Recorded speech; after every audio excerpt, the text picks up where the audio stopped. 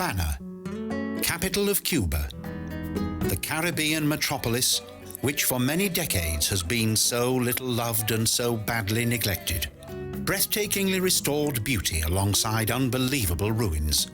The Queen of the Antilles, in a country that lies between sun and socialism, between rumba and revolution.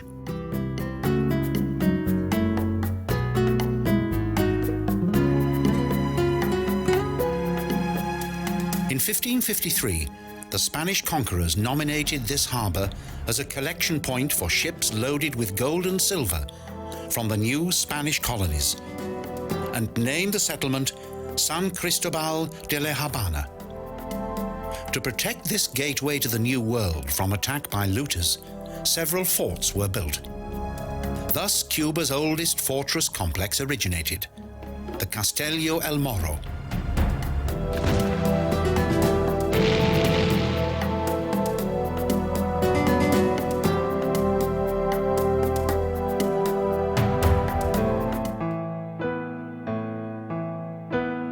Exhibits in the museum are a reminder that on the 29th of October 1492, Christopher Columbus landed on the north coast, on the island of Cuba, a contraction of the Indian name Kubanacan.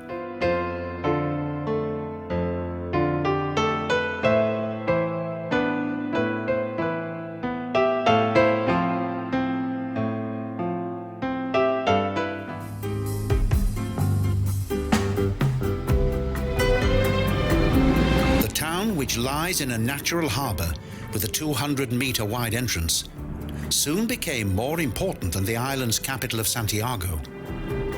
Following a decree in 1576, only stone buildings were allowed to be built, and the town was systematically developed. In the middle of the 17th century, the fortification work in the harbour was completed.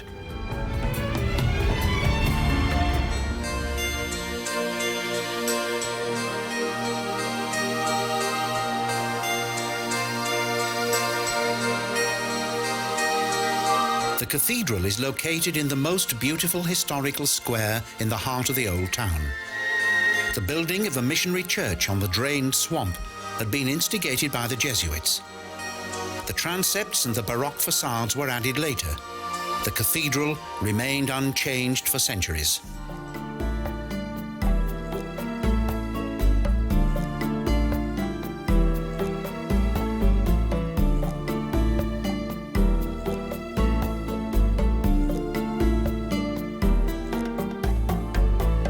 Bodeguita del Medio was once Hemmingway's local. Nowhere else is the Mojito mixed better. 3-year-old white rum, lime juice, soda, sugar, ice and mint.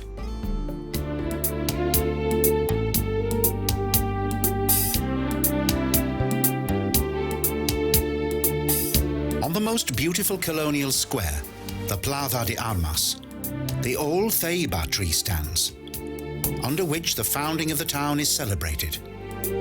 The palace of the Duke of Santovenia became the Hotel Santa Isabel.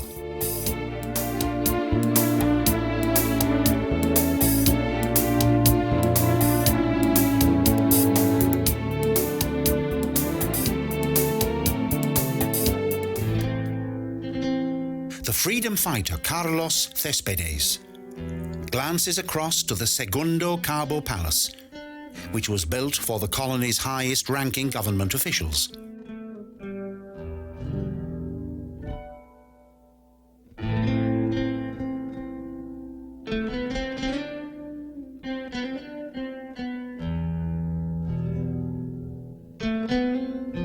The magnificently renovated colonial palace of the Captain General today houses the city's museum.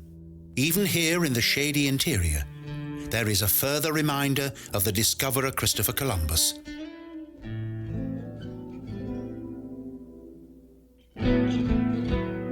On display in various rooms, there are extensive collections of statues, paintings, and items of furniture, including a collection of old carriages.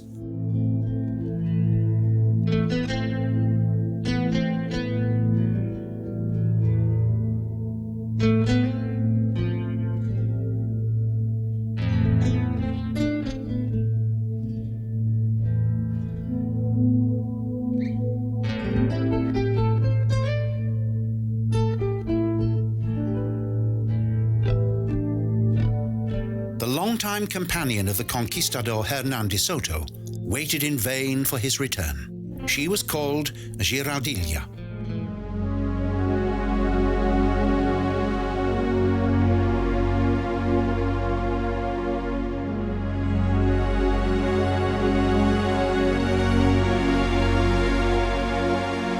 The bronze statue on top of the tower of Castillo de Real Fuerza serves as a reminder of Giraldilla. 4 massive bastions, surrounded by a moat with a drawbridge, represent the second oldest bulwark in South America.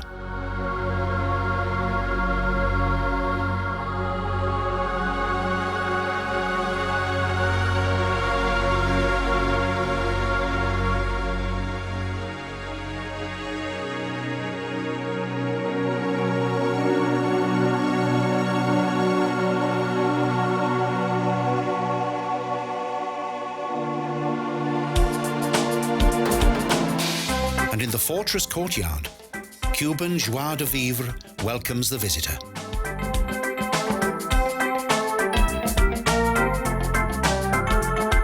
From here, the soldiers could see everything. They also stood in full view of the guards in the fortress on the other side of the river.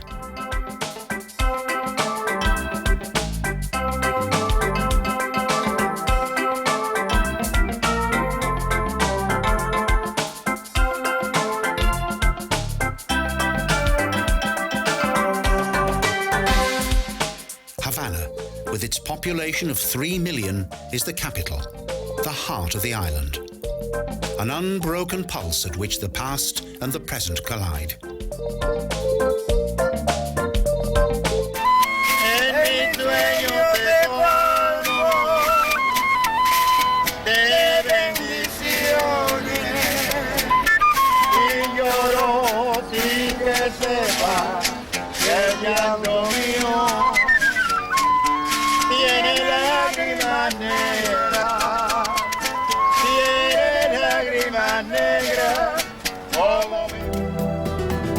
Those who walk in the steps of the old lady will notice, however, that she has come of age.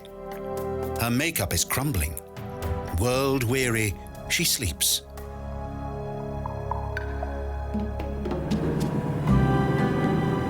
The journey continues past the newly adapted cruise ship harbour to the Plaza De San Francisco. The Lion Fountain dominates the centre of the renovated square.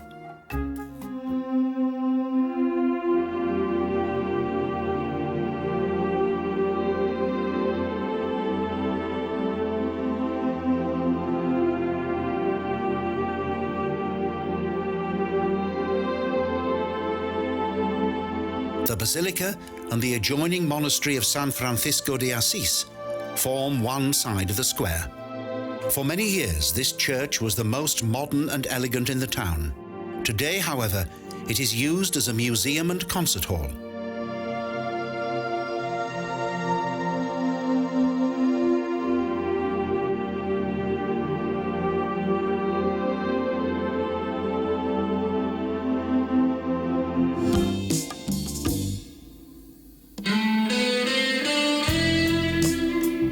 Everywhere there are small cafes where not only aromatic Cuban coffee is served, but where there's also a large selection of cigars and cigarillos from which to choose.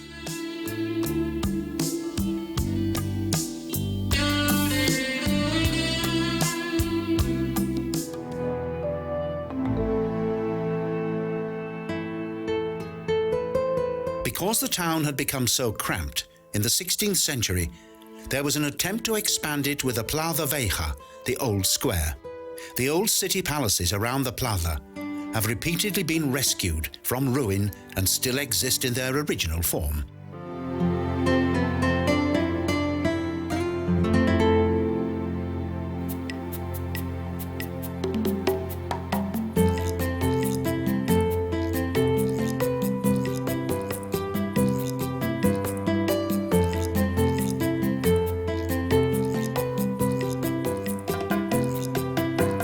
Many houses in Habana-La originate from the days of Neo-Baroque, which is signified by portals, marble floors, and pillared walkways.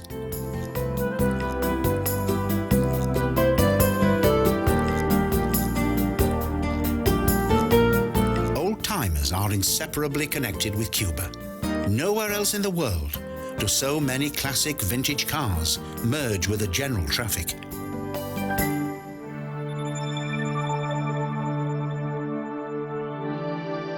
In 1638, one of the capital's oldest churches was built by black slaves, and with it they bought their freedom, the Iglesia Espiritu Santo.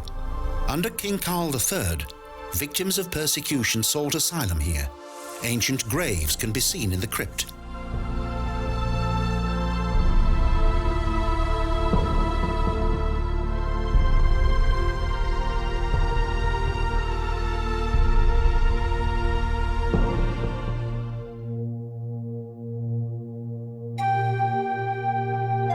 Also, the Necropolis de Colón was named after Christopher Columbus.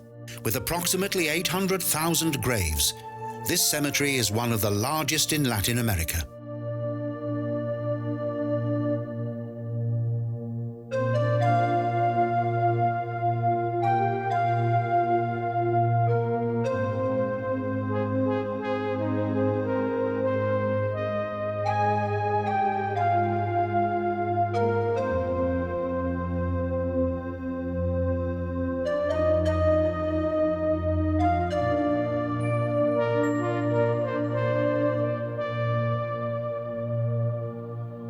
Here, wealthy families of the Sugar Dynasty, heroes of the Revolution, famous poets and intellectuals were laid to rest.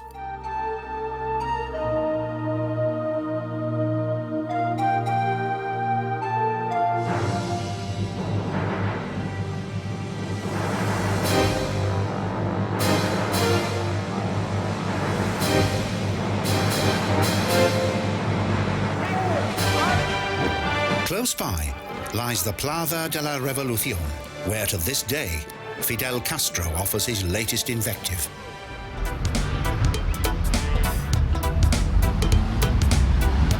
Although the capital is indeed lively and active, it shows no signs of being in a rush.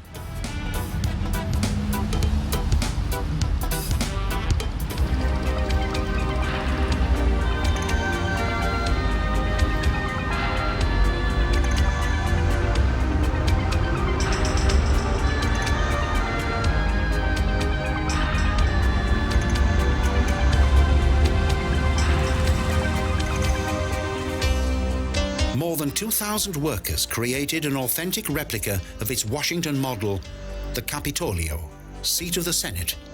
A massive 94-meter-high inner dome crowns the center of the building complex. And tongue-in-cheek, Cuban style, in the exact center of the room, a 24-carat diamond marks the fictitious starting point of the motorway to Santiago. Monumental corridors lead to various meeting rooms. The large conference hall is reminiscent of a very old traditional auditorium.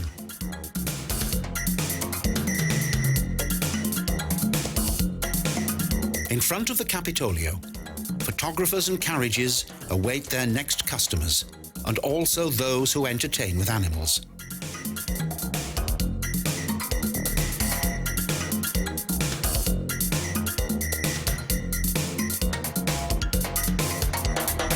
The best acts are not always given proper recognition.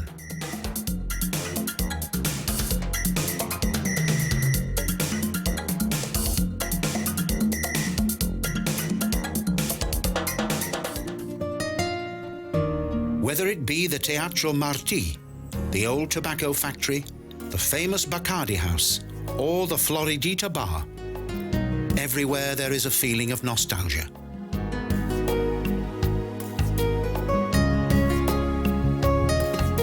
When the Daiquiri is served, one almost expects Fidel Castro or Ernest Hemingway to be seated at the next table.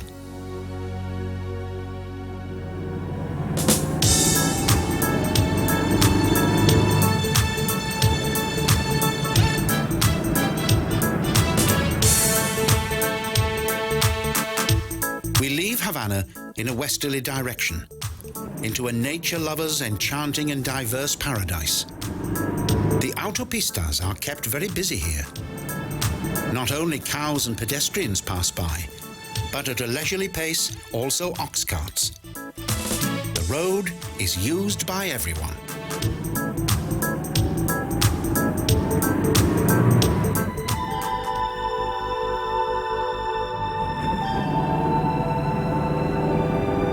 After a round trip of 80 kilometers, we arrive at the former residence of Don Ignacio Soroa, a wealthy coffee grower.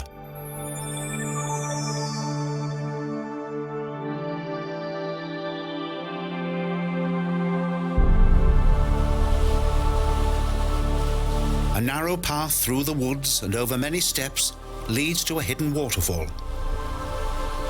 40 meters below, the water plunges into a natural basin.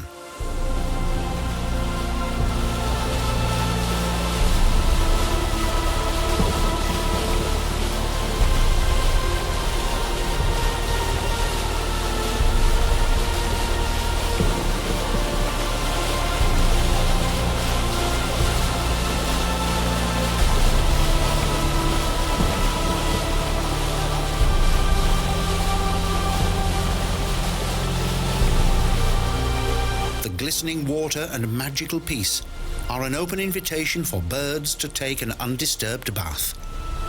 And how tempting it would be to join them.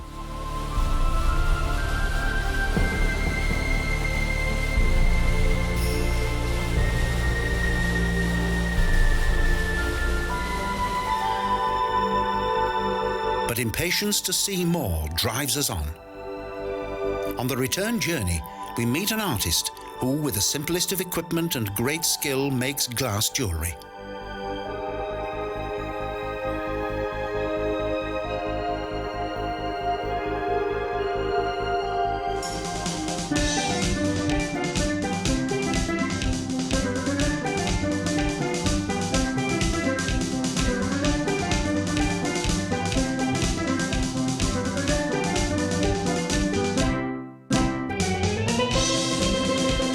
Here, the people live a simple and undemanding life and are always in carefree mood.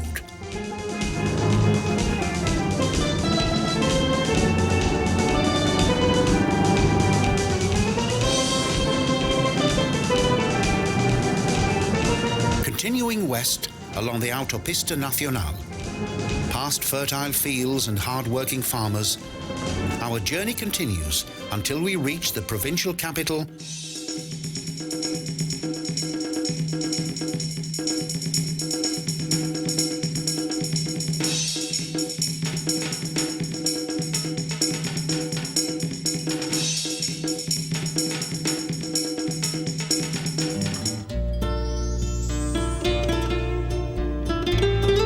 Pinar Del Rio, a small but busy town in which its 100,000 population go by almost unnoticed. The Red Star and portraits of Che Guevara adorn modern Pinar, and in the old town, colourful houses with beautiful pillared corridors demonstrate the former wealth of the country's independent tobacco farmers.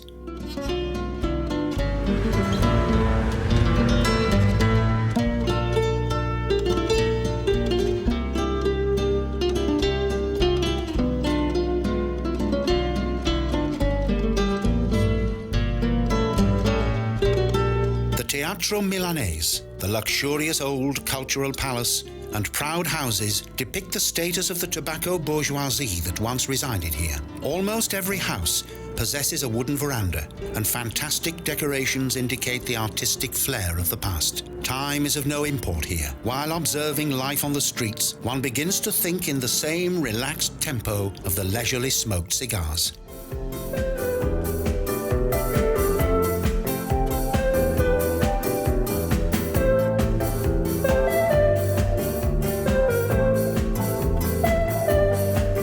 The Spanish crown soon realized that this region produced the finest tobacco, and subsequently settlers were sent to cultivate the brown gold. In 1571, they founded this town and named it after the surrounding pine woods, Pinar Del Rio.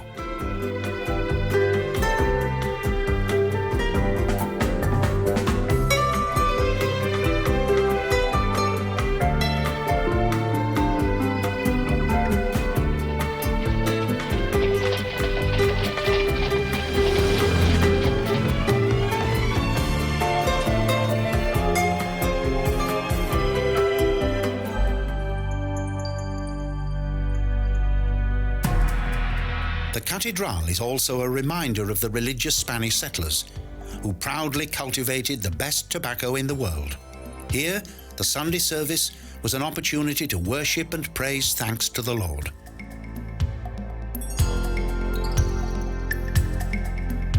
And then the evening, and true life begins.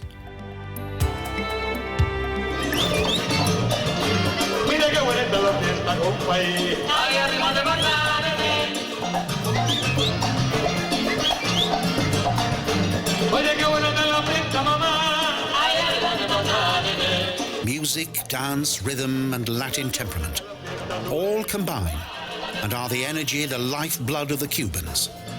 Now they are unrestrained.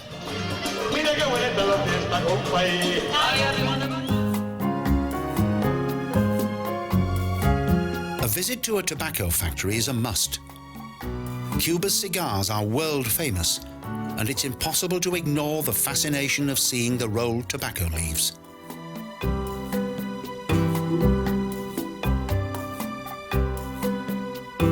For a modest wage, men and women roll and cut the best cigars in the world. One of the benefits of their work is that they are allowed to smoke as much as they like, which they do at every opportunity.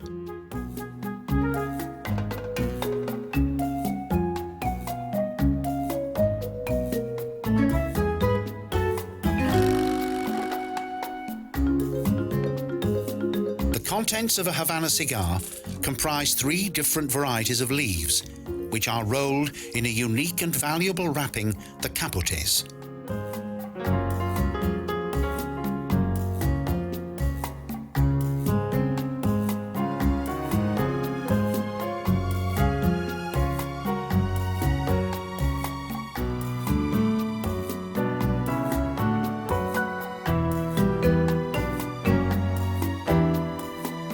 The finished cigars are sorted and packed for sale.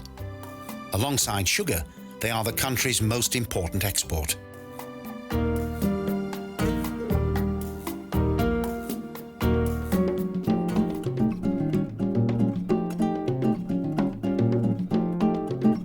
The original inhabitants planted tobacco for medicinal reasons, as part of their religious beliefs and rituals. Cultivation of the plant lay in the hands of the priests.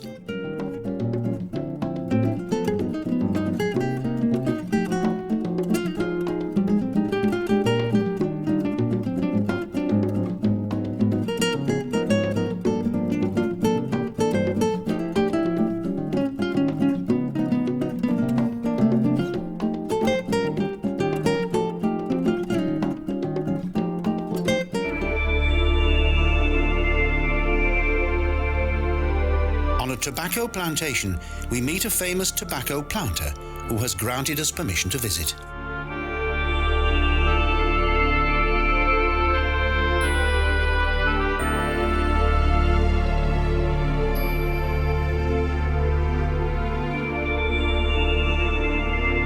The precious tobacco plants grow and flourish beneath nets which help to make the leaves of Cuban cigars so unique.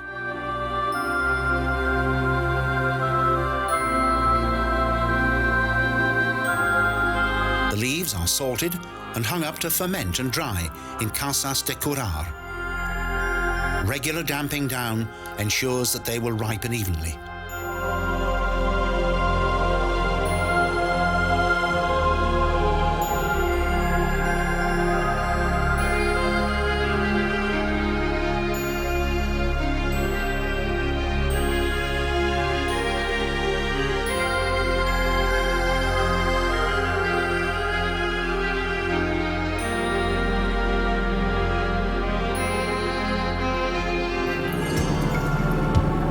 The extensive, endless tobacco fields mean brown gold for the country. Nowhere else in Cuba does the tobacco thrive as it does here in the west of the country. The people are friendly and content with all the wonderful gifts of nature. This may be what paradise was like.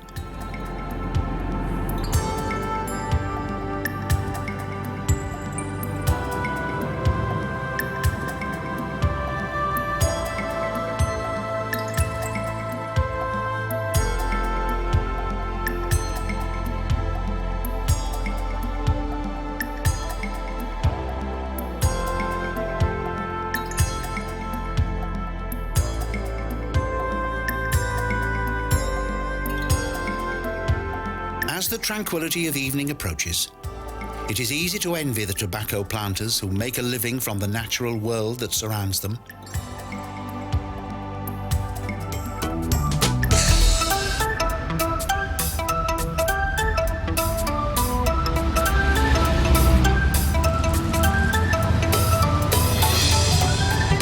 Everywhere, we meet hard-working farmers tilling their fields. In spite of meagre pay, they are content in their work and have no wish to exchange it for anything else.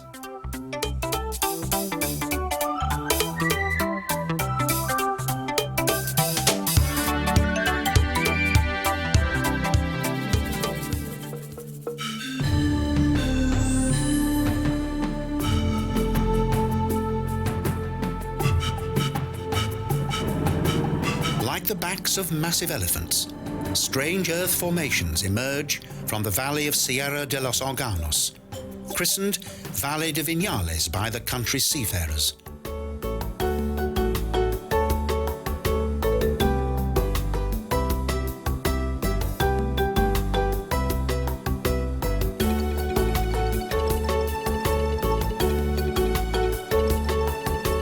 These are the Mogotes, the oldest geological formation in Cuba.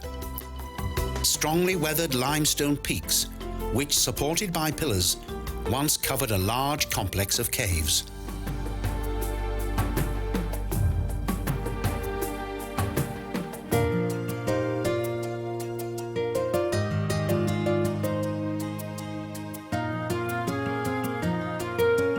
Over many decades, subterranean rivers flooded the earth below, thus creating these gigantic grottos.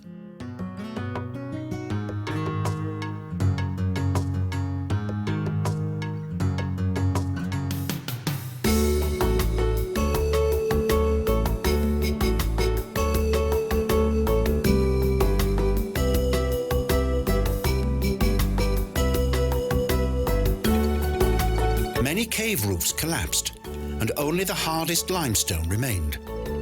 Fertile land evolved, and today the finest tobacco is cultivated here.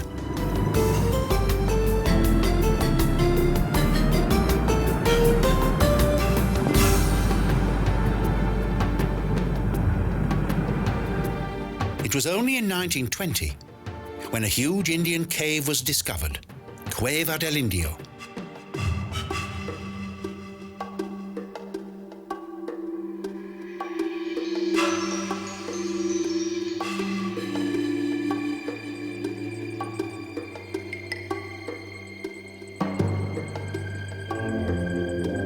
Several rooms display many pre-Columbian works of art, and the various bones which were found indicate that there was a settlement here in 4000 BC.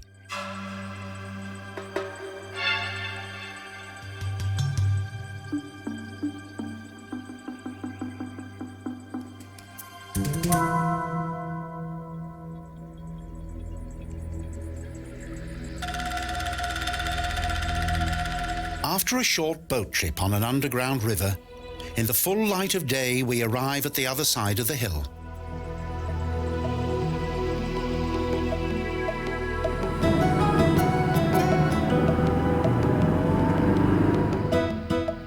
Here, between the steep, precipitous and cone-shaped rock, the country's legendary shiny silver-green tobacco grows on fertile red soil.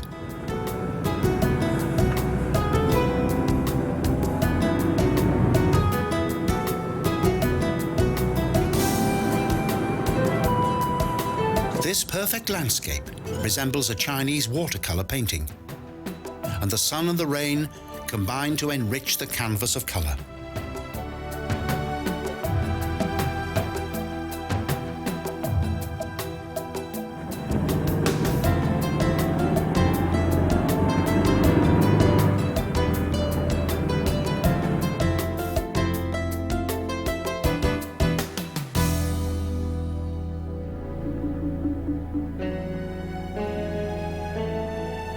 The hills and ancient remains in this beautiful valley are more dramatic than anywhere else on the island. The people call it the crocodile's tail.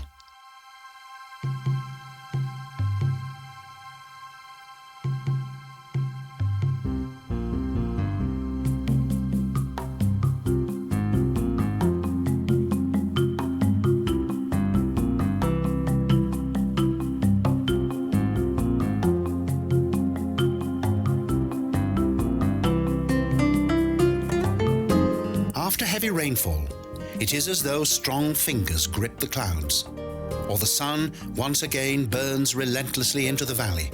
The tobacco plants thrive well and happily absorb the aroma of this wonderful region.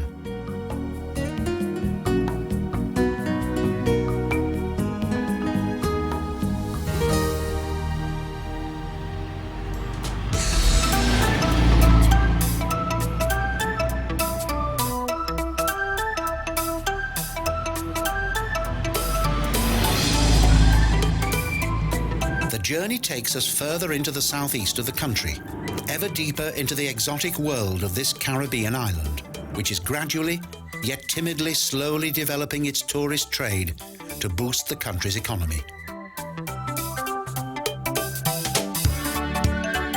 Past endless citrus plantations which grow and thrive here in ideal climatic conditions, and, as with sugar, tobacco and coffee, these various citrus fruits form part of Cuba's export trade.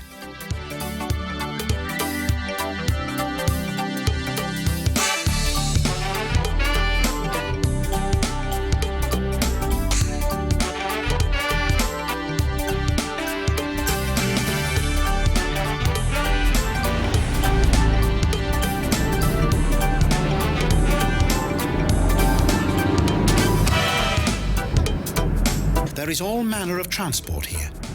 Old cars, motorbikes and horses' carriages, as well as bicycles and ox carts.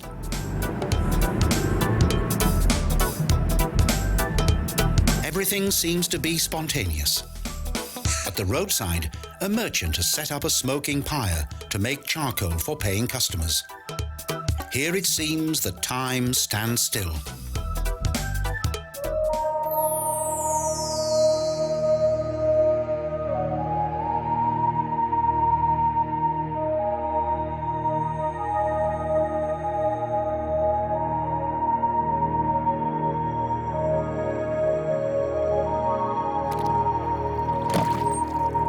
On 7 man-made islands in the center of the Ciénaga de Zapata National Park is the Indian village of Guama.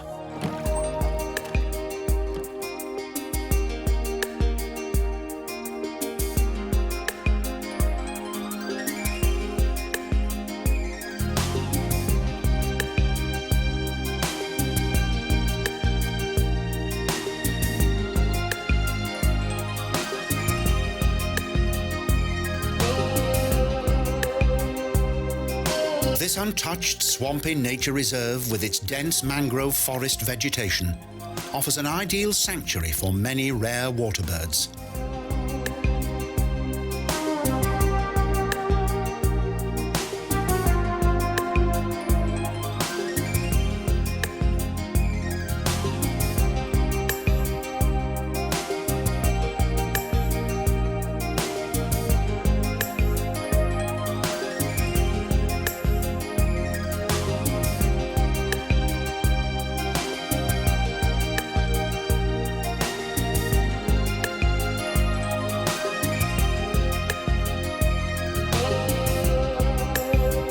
Legend has it that the Siboney Indians sunk all their possessions here in Laguna del Tesoro to save their gold from the Spaniards.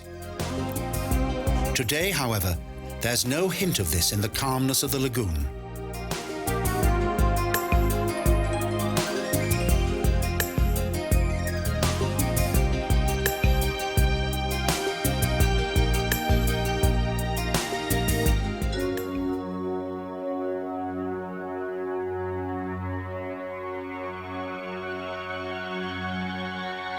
A visit to the Nature Reserve's Biological Research Station is highly recommended.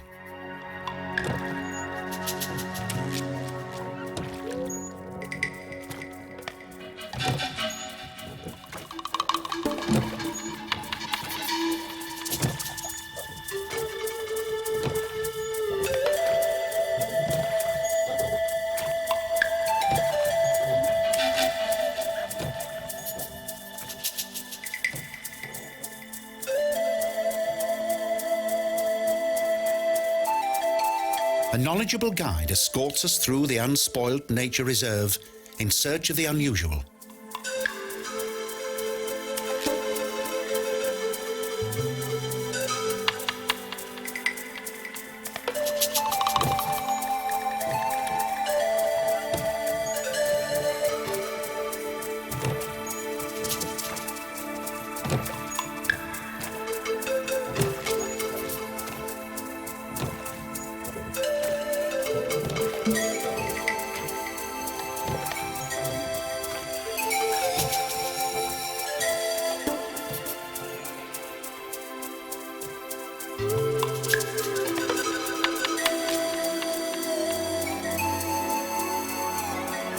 And suddenly, we come across an amazing biological discovery. A fossilized fish, which for many years was thought to have been extinct.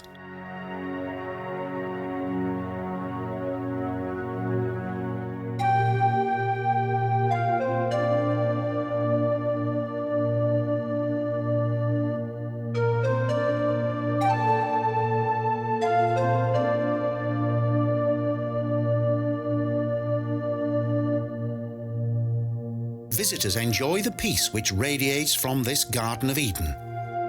Welcome solitude in paradise.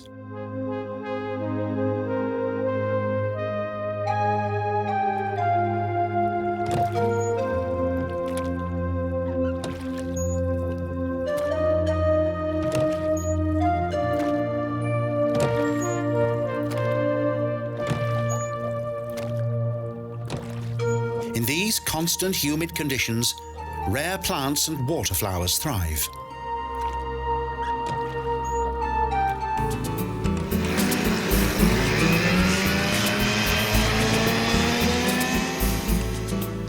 Of course, tourism has already discovered this natural paradise, and somewhat apprehensively, visitors are brought in boats and cars to this closely guarded nature park.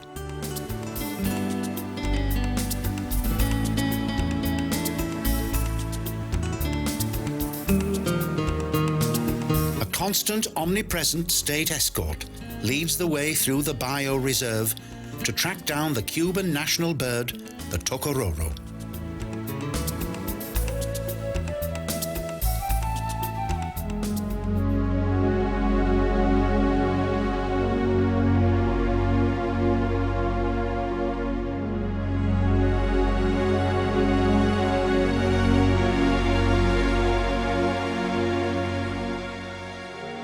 On the southern section of the peninsula stretch the Salinas, salty coastal landscapes which are home to pink flamingos.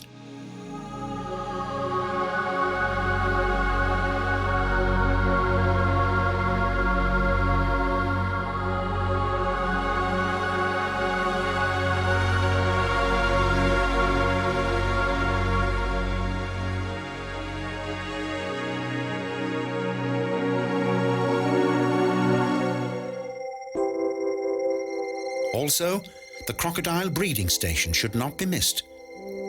Proudly, the entrance exclaims, "An idea of the revolution."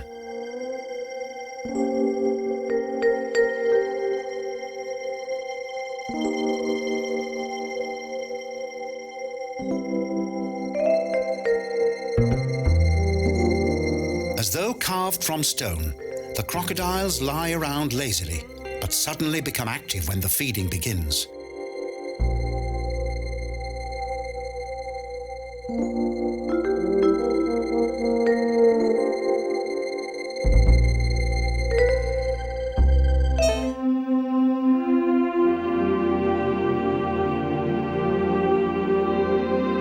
Small boats return us to Guama, to a replica of the pre-Columbian village of the Siboney Indians.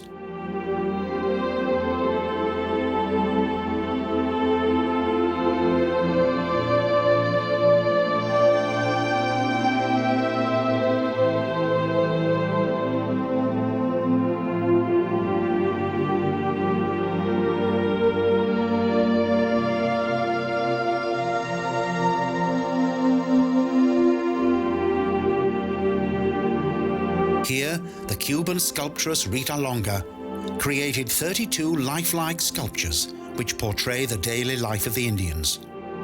The last rays of sunlight breathe a special feeling of reality onto these fine works of art.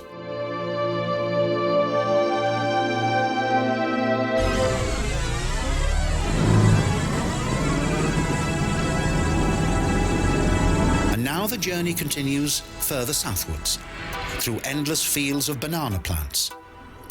This is an indicator of the Cuban economic plan.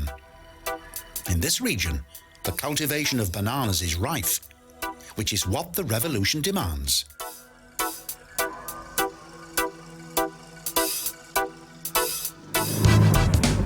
Continuing through small, colourful, sleepy villages,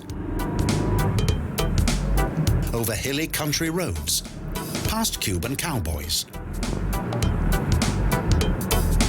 and hordes of workers who harvest the sugarcane with outdated machinery and transport.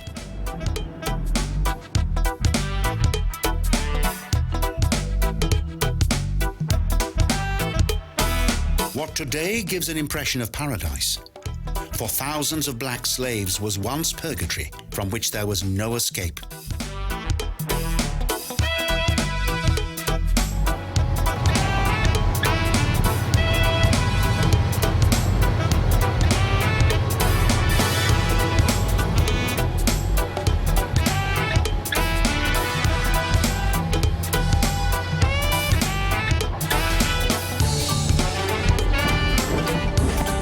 Today, the sugarcane is transported to the factories by train. The white gold is also to this day still the country's most important raw material, the basic ingredient for the production of rum.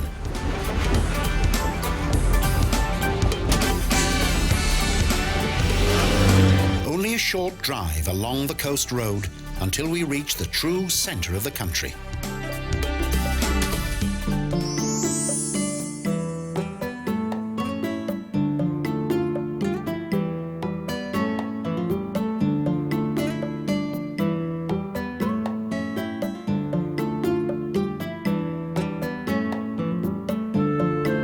In 1513, Trinidad was founded by the Spaniard Velázquez as the third settlement.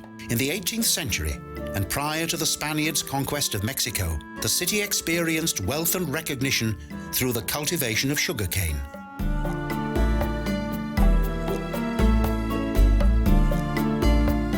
The luxurious palaces and villas of the sugar barons still leave their marks on the city. Casa Ortiz lies directly on the Plaza Mayor, the center of Trinidad. High wooden gates, barred windows, and original roof tiles characterize the style of bygone days.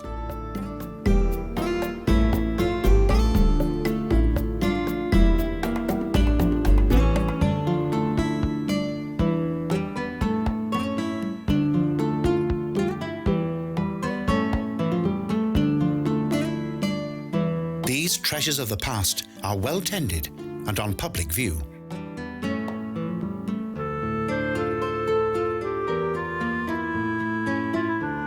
Here, creations of naive art mix with the influence of European art over many decades. Spanish conquerors left their traces here, just as did the Indians and black slaves from Africa.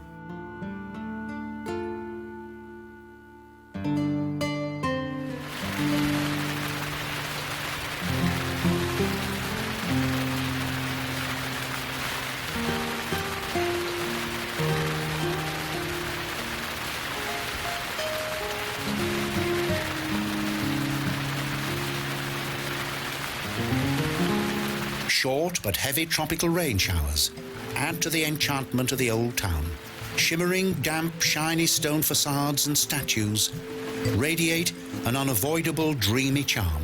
The drumming of the rain adds to our impression of an alluring legacy of several decades. Throughout the centuries, various religions have been practiced here, which in turn have influenced the island's own unique beliefs.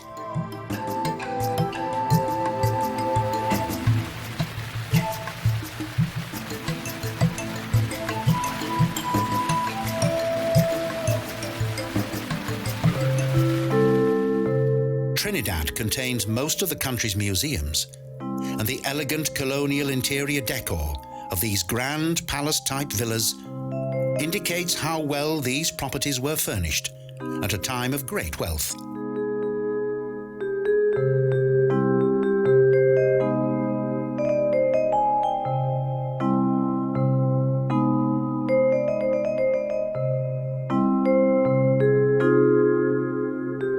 Benefiting from the mild climate, lush vegetation spills across the courtyards of the villas with a green and peaceful beauty.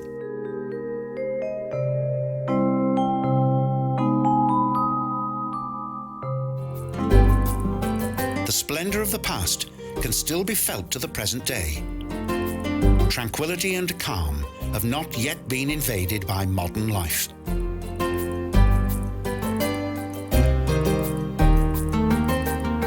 The bumpy roads consist of cobblestones which were specially imported from Boston. In the center of Trinidad, the furnishings of the main church demonstrate the spirit of its people. Deep-felt religious traditions are cherished. All the historical streets wind around the main square, the Plaza Mayor.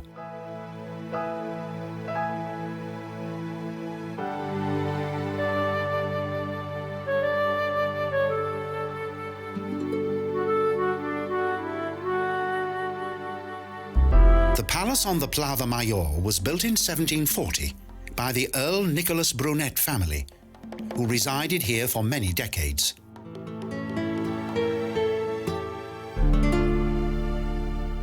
From the vast profits of sugarcane cultivation, the plantation owners built elegant buildings and had furniture and artifacts shipped in from Europe.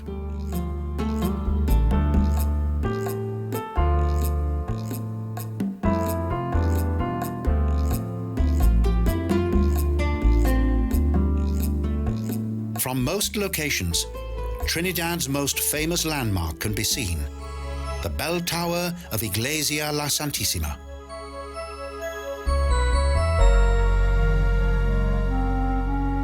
This is where the convent of St. Francis of Assisi was situated, which in 1929 became a school.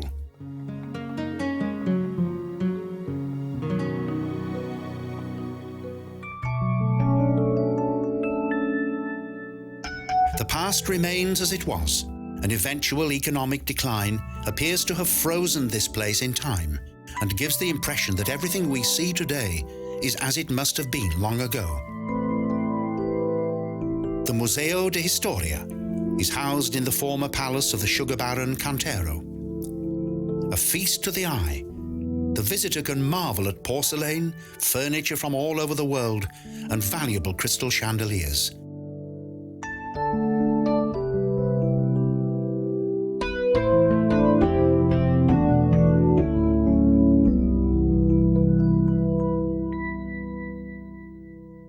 The sense of inhabiting this palace, as once did the plantation owners, is overwhelming. Almost cautiously, visitors are shown the beauty of this exotic world.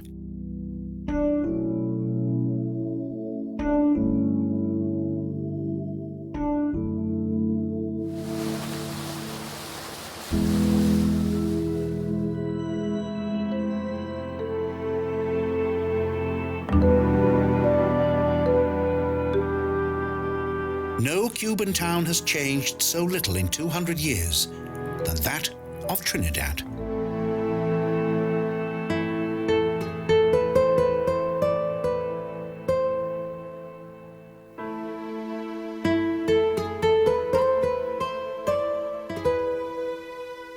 Rich green tropical forests on red soil, tobacco country at the foot of mysterious mountain caves, and heavy humid tropical swamps.